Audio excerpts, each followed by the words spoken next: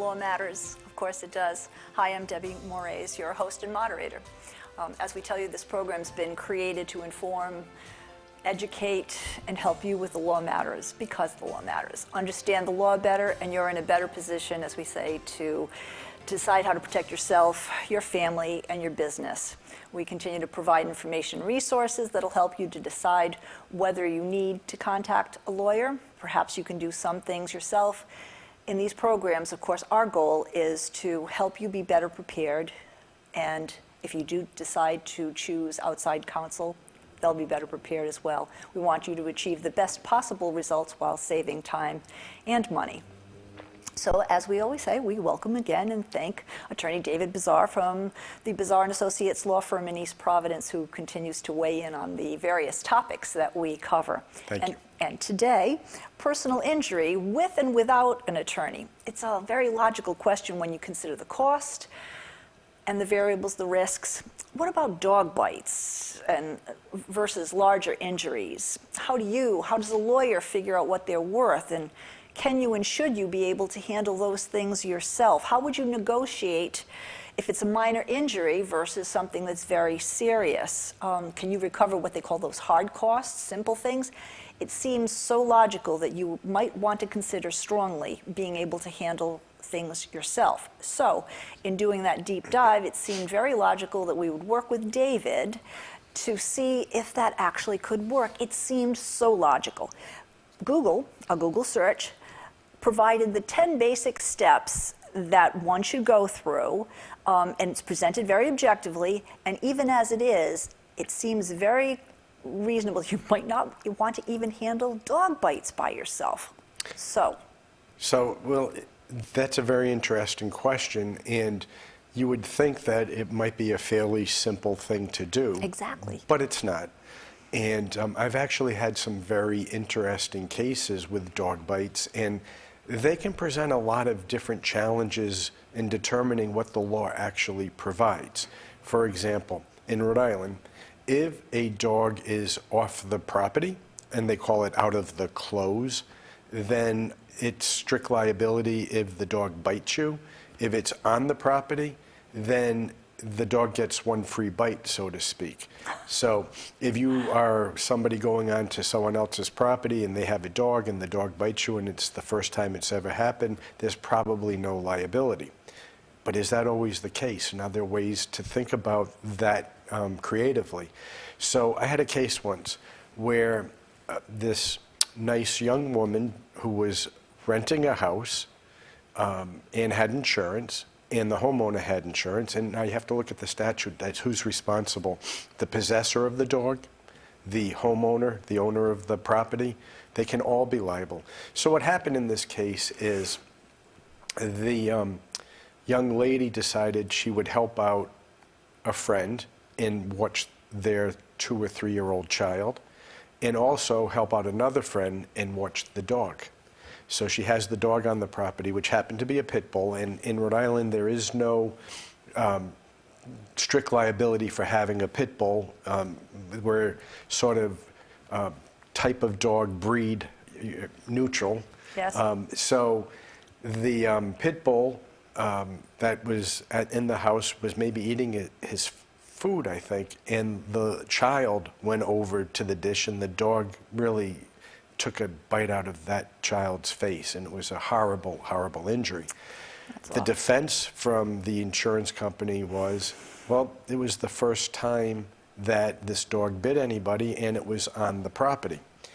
And my thing was that my approach to the case was, well, this isn't a dog bite case. I don't care what the instrumentality of the injury was. This was a negligence case, and it was negligent of the person who was watching the child to allow the child near the dog while the dog was eating. And I said, it could be just like someone could be negligent if you have a child in a second floor in an open window and you don't watch the child carefully and the child gets injured falling out of that window. The dog is really no different than the window. It's what caused the injury, but it's not a dog bite case. It's the child was being watched by someone, they owed a duty to that child to be careful how the child was being watched, and they breached that duty. So I got around the dog bite statute that way because I wouldn't have been able to recover if I approached it as a dog bite case. So you have to look at every type of case individually and analyze it from how you might be able to proceed. You just set this situation up in a very interesting way and brought up something that most people would not consider, obviously. So, on the other side, help us go through certain things that need to happen when an injury occurs. And if we just use that dog bite case, so someone's bitten, wouldn't you imagine that the first thing that's going to happen is you would think to, anyone would think to, get some medical attention.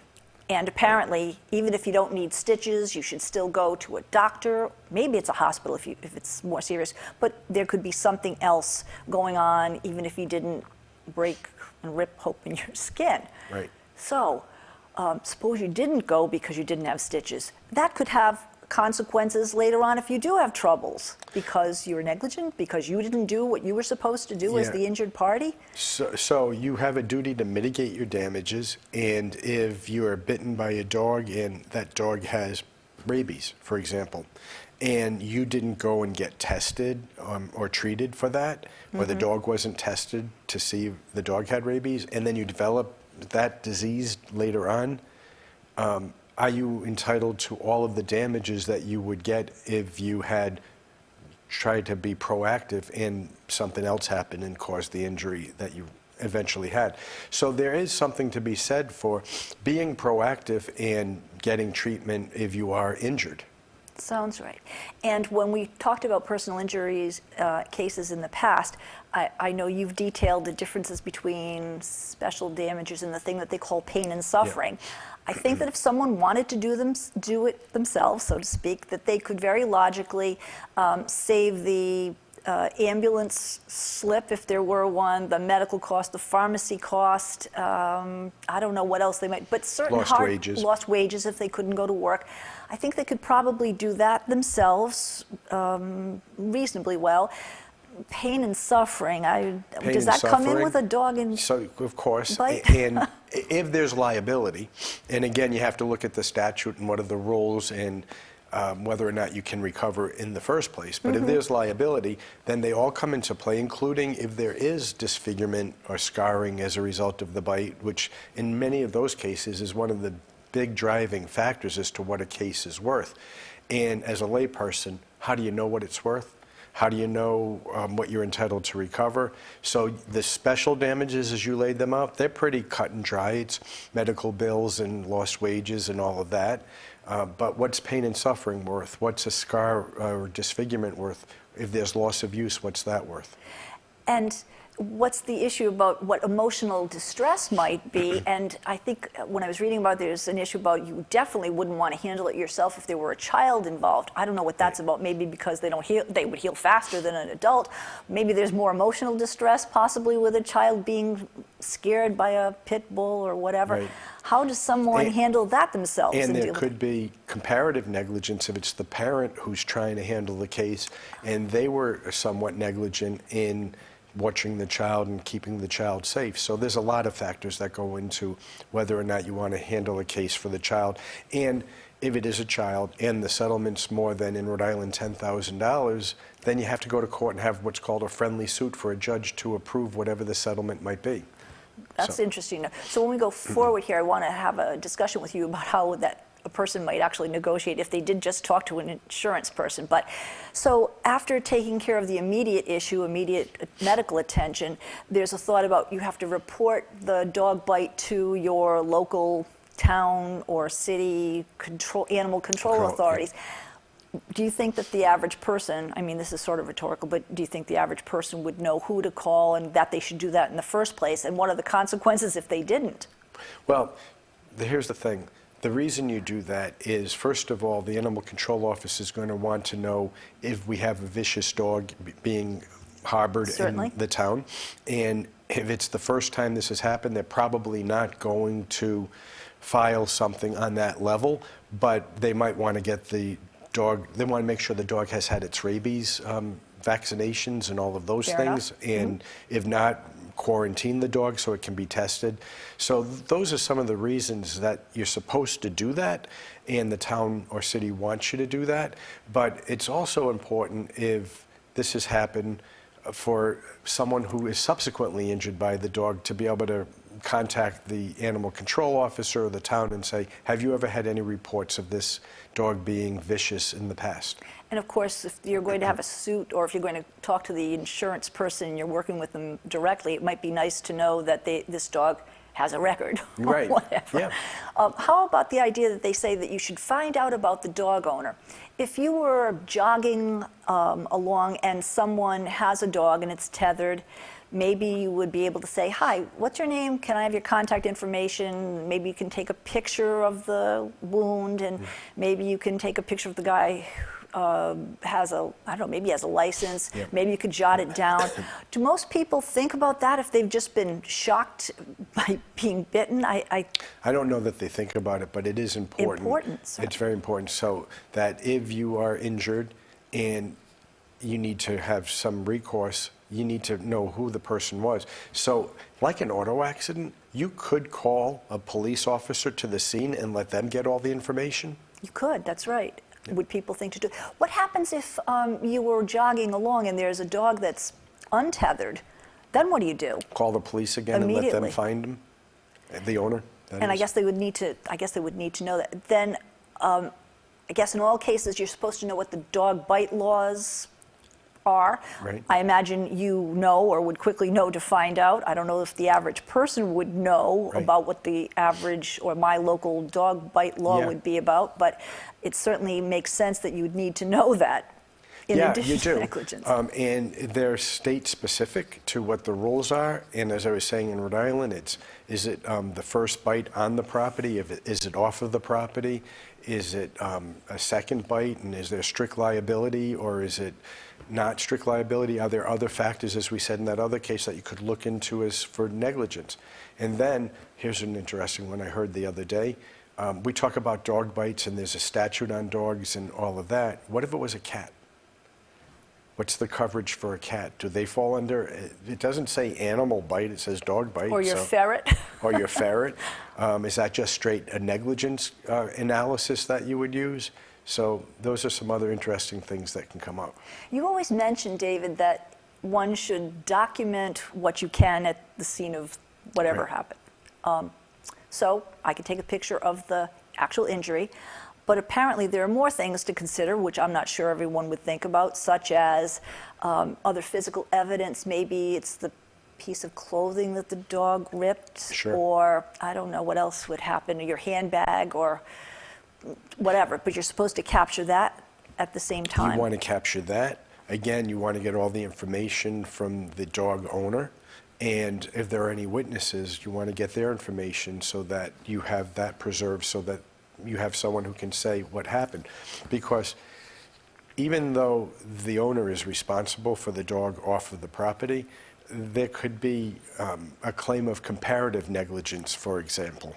How would again, to your point, how would an individual know comparative, or Right. whether it's contributory, or whatever those technicalities? I mean, obviously, if you get into a drill down, you're talking with a lawyer, they certainly could say, Right. this is what happens in this state and not in another, but Right. it seems like it's risky business to be handling even this on your own at this So point. the statute says if some of these dog bites happen, it can be strict liability, and your first reaction to that might be, well, they're fully responsible, they're strictly liable, that's what that means. But there is case law in Rhode Island. There was a products liability case that had strict liability, and in that particular case, the Supreme Court said comparative negligence can be a factor. So that was a case of a fellow hurt by a football helmet, and they said the helmet was negligently designed, and he actually fractured his neck and was paralyzed. But there was a claim by the defense that, well, the way he used the helmet and was trained by the coaches was also negligent, and so that his damages could be reduced by the percentage of his negligence. Well, if that applies to that case, strict liability in a dog setting could also apply. And if there's a claim that you somehow provoke the dog or did something intentional to scare the dog and the dog reacted to that, that could be negligence. That could reduce an award. And that's why you want witnesses to be able to say what happened. So to your initial point or initial example, the child provoked the dog by taking his food. Yeah, but you take, in the law, you use a reasonable person standard, and a reasonable standard of a 2-year-old is not that you wouldn't expect a child who's crawling on the floor, going towards, and maybe not even really taking the food, but going to look at it. That's not comparative negligence because of the age of the child. Okay, so in keeping with this listing of the things that you need to do, at some point you've taken care of the medical and the rest, now you have to talk to the adjuster, and they always say, beware what you say.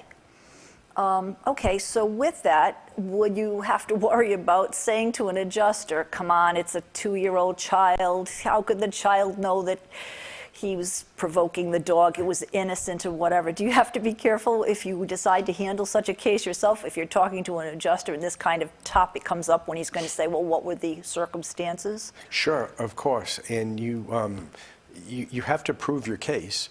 So if you start giving information to the adjusters handle a lot more of these cases than you have, so they know what's important and what's not important. And if you start giving them information that sort of seems irrelevant and probably is, but can be twisted in some way or another against you, you've got to be careful of that. And I guess here is exactly where the point is made that you may not want to have a conversation with the adjuster because you may not know how that might be twisted, or you might not know whether or not you're being provoked. Yeah, or led down a path. Or led down a path that could take you off of the path that you need to be in to just get even general compensation or whatever. So what should you, if you were still in the do-it-yourself mode, say to an adjuster when he asks anything other than the date, time, and place? Do you say to someone, you really should not speak to someone, I need to have a lawyer present or talk to my lawyer? What should you say? It's sort of hard. If you're going to try to handle a case yourself, the adjuster has to have enough information to be able to decide whether there's liability and what the amount of damages are. So they need information. On the other hand, you don't necessarily know what information they need and what you have to give them. So to do it without a lawyer is hard, and you've got to know what you're doing, because if you start giving the wrong information, it's going to affect your case, and usually they'll want a statement, under oath, recorded so that they can use it against you later.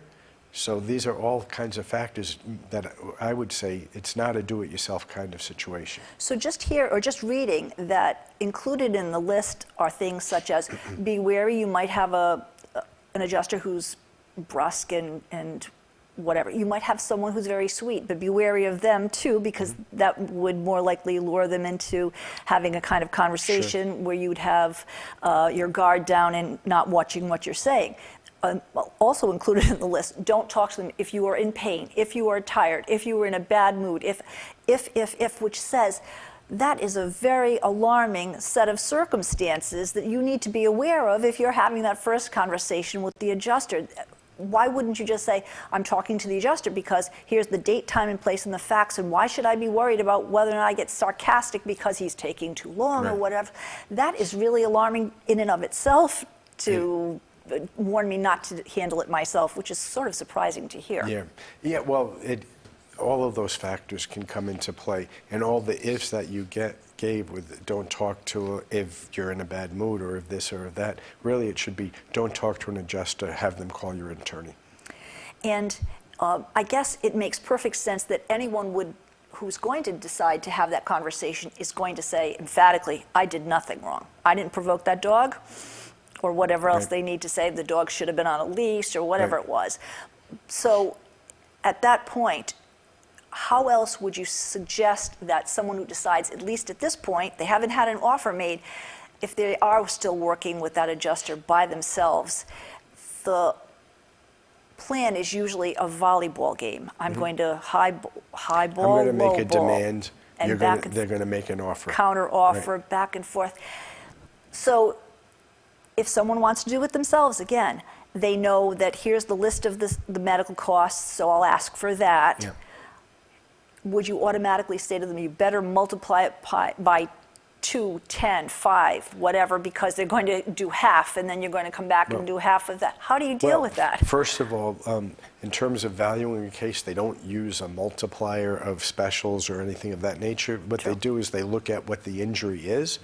So if you have an idea of what you think your injury is worth, I would suggest that you not ask for that number, because usually they never offer to pay what you ask for. So you would probably be wise to ask for a higher number, and then they'll give you a lower number, and then you can play the volleyball game back and forth. And knowing that this is going to take place over a period of time, I know that we've spoken about personal injury and there being a statute of limitations by which you have to file, decide what you're going to do. An adjuster would automatically know this. A person going it alone might not. What's that window before they are in trouble regarding that statute of limitation and decide to drop a dime to a lawyer? It depends on what state you're in. Okay. So every state has its own rules on that, but generally speaking, in Rhode Island, a personal injury has a 3-year statute of limitation, and that's what you have to follow. Other states, Connecticut, I'm pretty sure is a shorter, maybe a 2-year period. Mass, I think, is 3.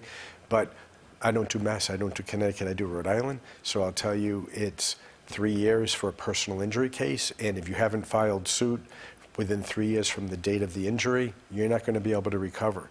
And so if you're negotiating back and forth with an adjuster on the 2 days before the statute of limitations runs, and then they decide they're not going to pay you enough money and you're not going to be able to settle it, you haven't left yourself a lot of time to get that case filed.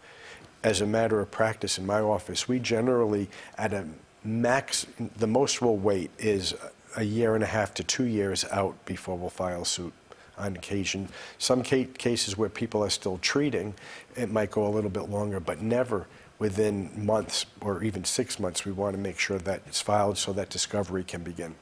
Okay, and still thinking that someone's deciding to handle it themselves, there's back and forth, there's stalling, the adjuster didn't get back to you.